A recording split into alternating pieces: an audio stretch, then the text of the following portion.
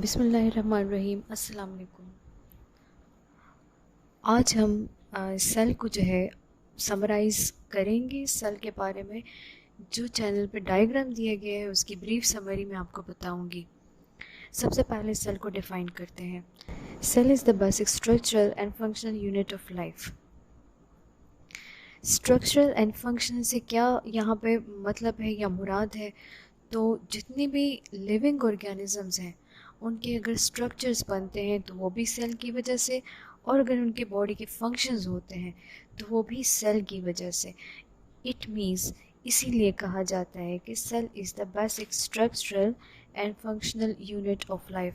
Structures for example living organisms के, चाहे वो ऑर्गन्स हैं या फिर ऑर्गन सिस्टम है या उनकी फुल बॉडी है, तो अगर हम देखें इन तमाम टिश्यूज़, ऑर्गन्स, सिस्टम और पूरी बॉडी का जो बेसिक स्ट्रक्चरल यूनिट है वो सेल होता है। इसी तरह अगर हम कहें कि फंक्शन, तो जितने भी फंक्शंस हैं, चाहे वो टिश्यूज़ के हैं, चाहे वो ऑर्गन के हैं, चाहे वो सिस्टम के हैं, चाहे फुल बॉडी का एक होल ऑर्गेनाइज जो फंक्शन हम देखते हैं, तो इन तमाम का जो बेसिक यूनिट होता है वो सेल है। ये तो हो गया सेल। अब क्या है कि सेल के types of cell. All organisms are either made up of prokaryotic और यूकैरियोटिक सेल। लाइफ के जितने भी आप टाइप्स देखेंगे, मतलब कि लिविंग ऑर्गेनिज्म, तो या तो उनके सेल प्रोकैरियोटिक होते हैं या यूकैरियोटिक होते हैं। डिफाइन करेंगे प्रोकैरियोटिक सेल को। Prokaryotic cells are those cells which have no nucleus and no membrane bounded organelles. एक सिंपल डेफिनेशन प्रोकैरियोटिक सेल की यही है कि वो सेल जिसमें ना तो कोई ख़ास न्यूक्लियस हो और ना ही उसमें दूसरे मेम्ब्रेन बाउंडेड ऑर्गेनेलीज होते हैं। जैसे कि आप पढ़ चुके होंगे बुक्स में भी, तो मीन्स के यहाँ पे मेम्ब्रेन बाउंडेड ऑर्गेनेलीज जैसे कि माइटोकॉन्ड्रिया हो गया, गोल्जी अपरेटस, एंडोप्लाज्मिक रेटिकुलम, इसके अलावा वैक्यूलिया, जितने भी ऐसे मेम्ब्रेन बाउंडेड ऑर्गेनेलीज हैं वो नहीं पाए जाते। ना ही यहाँ पे कोई ख़ास न्यूक्लियस होता है। मेम्ब्रेन बाउंडेड ऑर्गेनेलीज में न्यूक्लियस भी आता है। तो जब न्यूक्लियस नहीं होता तो ऐसे सेल्स में सेल का जो बेसिक हेरिडिटरी मटेरियल होता है, जैसे कि न्यूक्लियस के अंदर पाया जाता है डीएनए, तो जब ऐसे सेल्स में न्यूक्लियस नहीं होता तो इनका डीएनए का क्या होता है, तो डीएनए इनमें पाया जाता है, लेकिन इनका जो डीएनए होता है वो सेल में सस्पेंडेड होता है, मतलब कि साइटोप्लाज्म ही में आपको सस्पेंडेड नज़र आता है।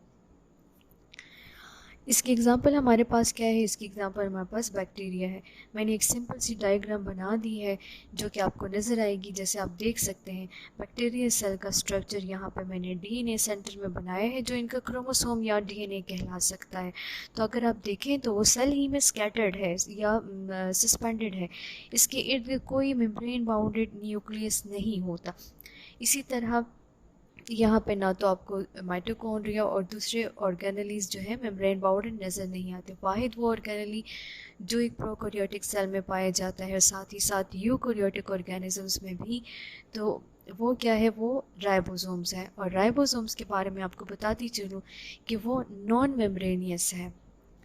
तो इस तरह से जो प्रोकैरियोटिक सेल्स होते हैं वो फंक्शन के लिहाज से और स्ट्रक्चर के लिहाज से सिंपलेस्ट है।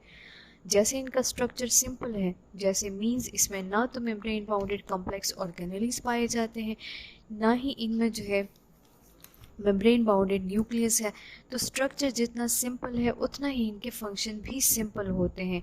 और ये ऑर्गेनिज्म जिनमें प्रोकैरियोटिक सेल पाया जाता है या वो ऑर्गेनिज्म जो प्रोकैरियोटिक सेल से बने होते हैं वो simplest form of life show करते हैं। नेक्स्ट हमारे पास है यूकैरियोटिक सेल। यूकैरियोटिक सेल्स वो सेल्स होते हैं, the cells which have specific nucleus and have membrane bounded organelles. वो सेल्स जिसमें आपको ख़ास स्पेशल न्यूक्लियस नज़र आता है और न्यूक्लियस के साथ साथ आपको मेम्ब्रेन बाउंडेड दूसरे ऑर्गेनेलीज जो हैं वो भी नज़र आते हैं। वो क्या कहलाते हैं, वो यूकैरियोटिक सेल्स कहलाते हैं। For example plant and animal cell.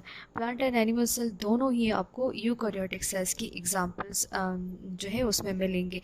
अच्छा, यहाँ पे फॉर एग्जांपल मैंने ड्रा कर दिया है एक सिंपल सा स्ट्रक्चर एनिमल सेल का।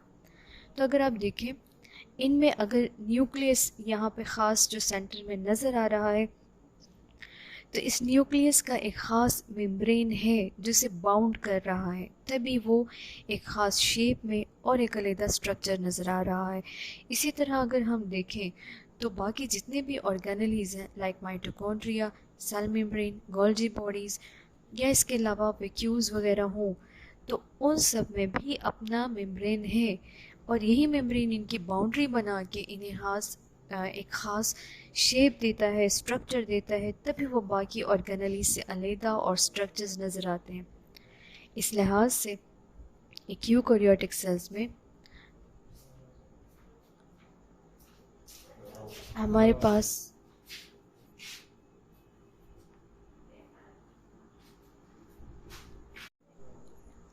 अलहदा चैम्बर्स होने की वजह से, या कम्प्लेक्स ऑर्गेनेलीज होने की वजह से, या मेम्ब्रेन बाउंडेड ऑर्गेनेलीज होने की वजह से एक यूकैरियोटिक सेल कम्प्लेक्स सेल होता है।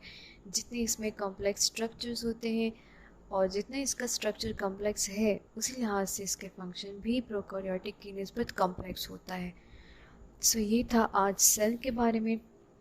इसके अलावा पिछली जो डायग्राम है उस पर आपके जो कमेंट्स आए हैं कि हम सेल को कौन सा कलर दे सकते हैं, तो सेल का अपना कोई कलर नहीं होता। स्टडी के लिए और इसको अट्रैक्टिव बनाने के लिए इसको कलर्स जो है वो पिक्चर्स में दिए जाते हैं, या बाज़ हिस्से ऐसे हैं जो सेल में माइक्रोस्कोपिक व्यू के दौरान कलर एब्जर्व कर सकते हैं और उनके कलर नज़र आ सकते हैं थोड़े बहुत, लेकिन ये आपकी अपनी मर्ज़ी पे है। If you want to colour them you can colour it, it's upon your choice. लेकिन आई थिंक एग्ज़ाम में और पेपर में पेंसिल से बनाए गए डायग्राम जो है वो ज़्यादा सूटेबल होता है।